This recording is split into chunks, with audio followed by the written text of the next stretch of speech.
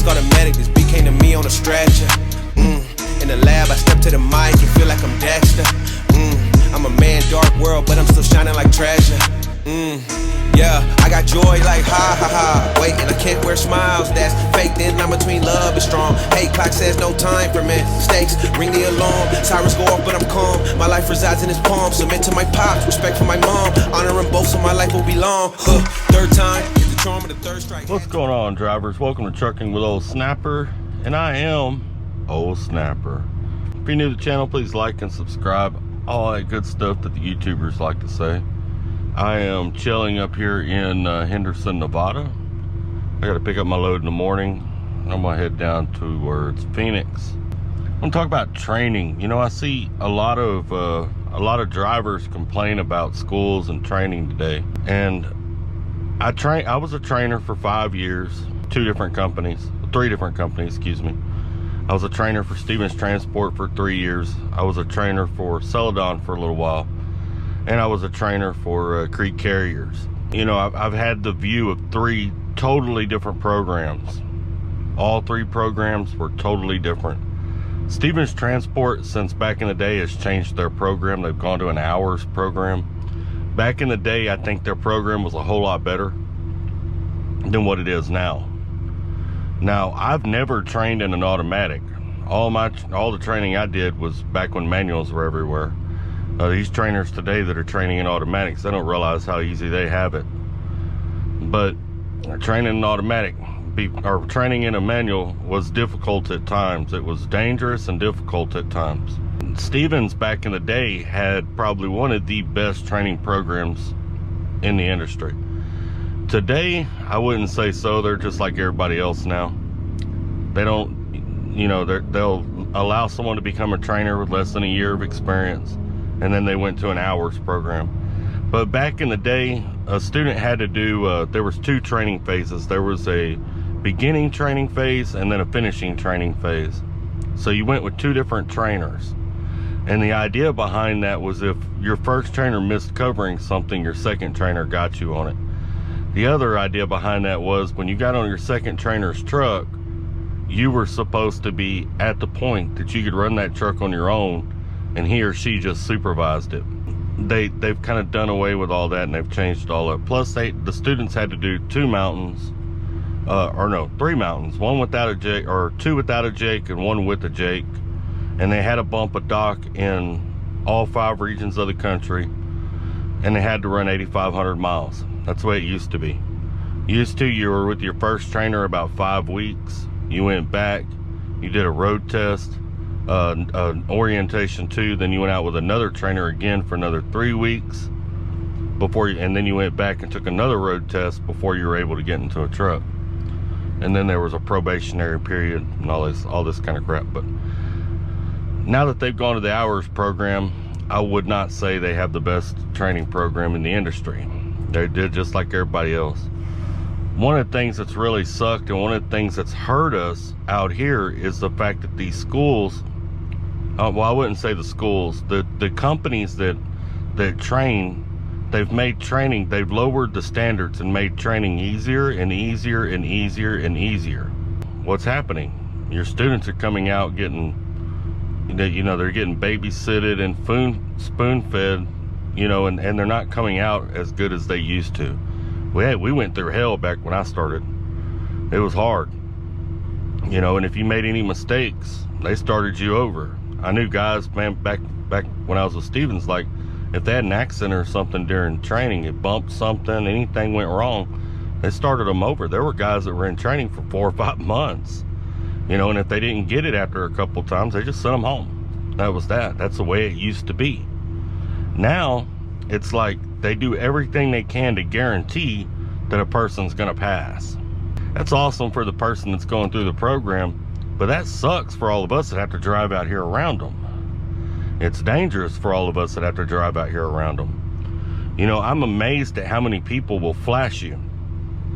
You know, when you pass them on the highway, I'm used to cars flashing you. They don't know no different. I don't think nothing of it when a car does it. But it aggravates me when another truck does it, because a truck should know better. Turn your lights off, turn them back on. Don't flash them. Because when I pass somebody, I'm looking over there in that mirror for when I'm clear, right? I'm looking forward and checking that mirror, waiting until I clear that truck with enough space to move over. If you flash me at night, you just shined your brights right in my face through my mirror. Stupid, you know? Now I gotta readjust my eyes because it's nighttime, you know what I'm saying? And it's trainers that are training these students that stuff's okay. Most trucks nowadays got this little button down here you can push and it just kills the lights. You know, but if you don't have that, reach down there, turn them off, and then turn them back on. Or, thirdly, you know, get on your CB radio and say, hey driver, you're clear. Call out the name of them. If you ain't got a CB radio and you don't want to you're too lazy to turn your lights off, saying I'd rather you not do nothing at all than flash me with your brights. It just, you know, but that's a training today. I asked a question the other day on my community page. I did a poll about how much experience a person should have before they become a trainer. All right, and I'm just going to give you my opinion on it. In my opinion, a person should have at least 3 years before they become a trainer. We got companies out here that are allowing guys to train with 3 to 6 months. They got 3 to 6 months. They haven't even been through a winter yet, and they've already got a student in their truck. You know, there's a couple of them out here that do that, as a matter of fact. The last I heard, Stevens Transport was allowing guys to become trainers at 8 months. And they may have lowered it since then, because that was a while back that I heard that. So you take a driver and you put them through a good school. They go out here, they go through a good school. They get good training from a retired driver that's experienced, because most schools require a very experienced driver in order to teach at the school. Then they go out with a trainer that is not experienced. A trainer that thinks they know what they're doing, but they really don't. And right now, what's even worse is most of your trainers were trained by trainers that didn't know what they were doing. You know, so I mean, it's a domino effect, right? So we're dealing with the repercussions out here, driving around these guys and girls that have not been trained properly.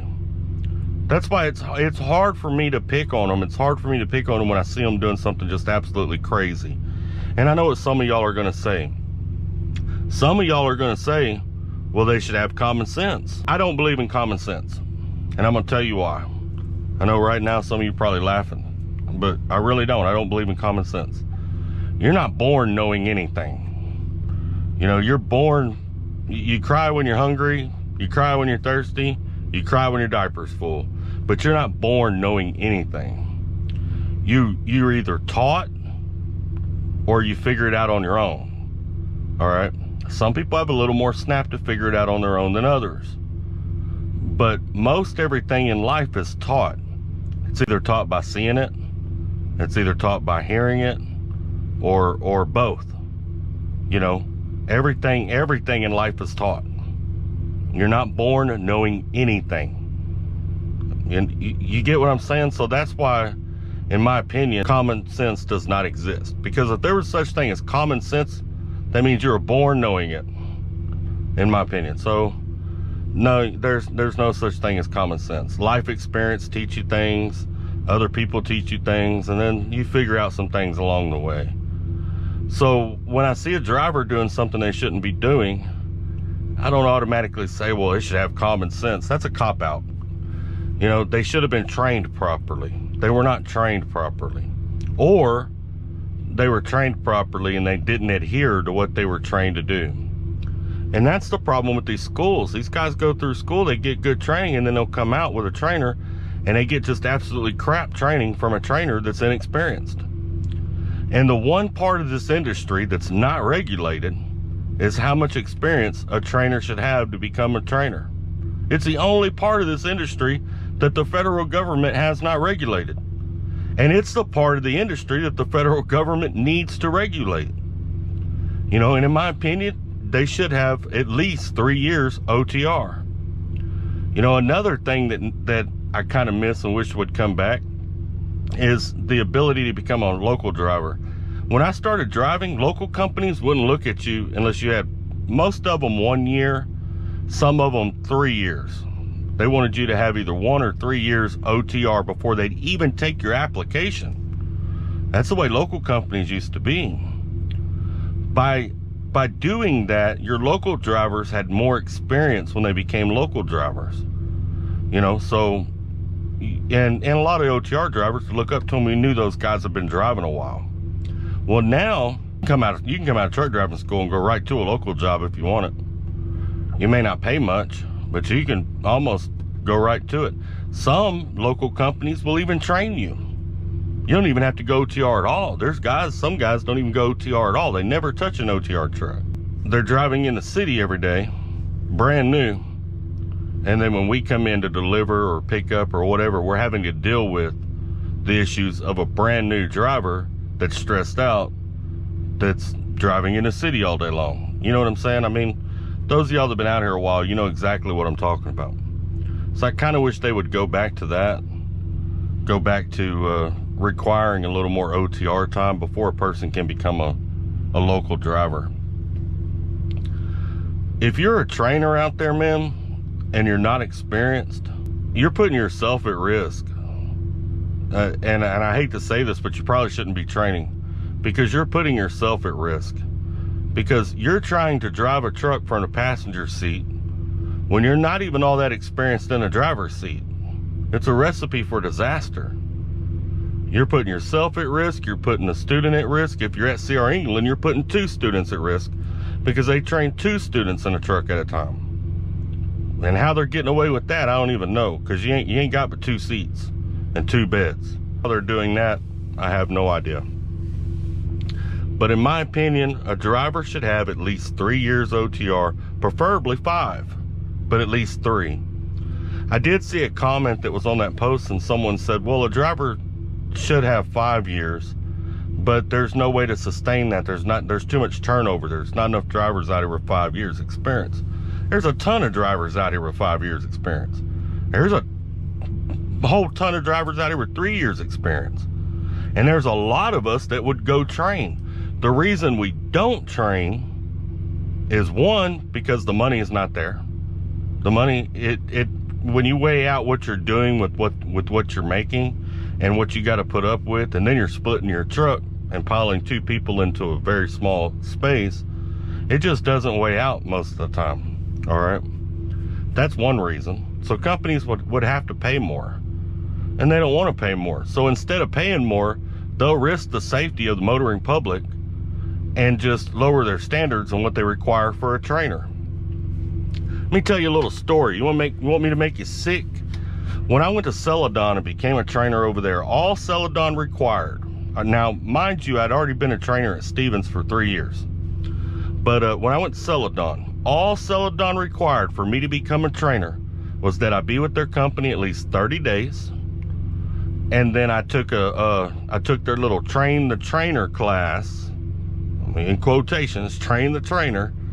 It was all done online. They sent me a link and I took the class. I applied to be a trainer. After 30 days, they approved me in about an hour. They sent me a link. I actually sat in McDonald's and ate my dinner and took the train to trainer class. And then a couple days later, picked up a student in Laredo. Get that. Not one person at Celadon had physically seen me demonstrate any skill to become a trainer. None at all. And I know Celadon ain't the only company that does that, because I've heard people online talk about that train to trainer class that work for other companies. You know, so I know Celadon's not the only company that did that, but Celadon did. That means there were guys at Celadon who, including myself, that Celadon had never verified could teach anybody anything. You know, there's a big difference between a driver and a trainer. I may be good at driving this truck. I may be good at driving this truck and not having an accident. But that doesn't mean I'm good at teaching somebthe else how to drive this truck and not have an accident. Do you understand what I'm saying? And these trainer classes, one of the things, see, when I went through it at Crete, I really liked it, because Crete verified, like, their class was long. They also talked to you a lot. they wanted to verify that you could teach somebody what you do. Not just that you're good at it, but that you could teach someone else what you do. Not only that, but Creed also required 3 years of experience in order to become a trainer. 3 years. That was their minimum. You couldn't if you're at Crete, they don't train that much anymore. But if you were at Crete and you wanted to be a trainer, you had to have at least 3 years. You had to have at least 3 years experience, and you had to have at least 6 months with Crete. You know, and then you had to apply for it. It took about a month for them to even call back once I applied for it. I mean, it was a really long process. Then my trainer class was set up for like a month later for me to go take this trainer class.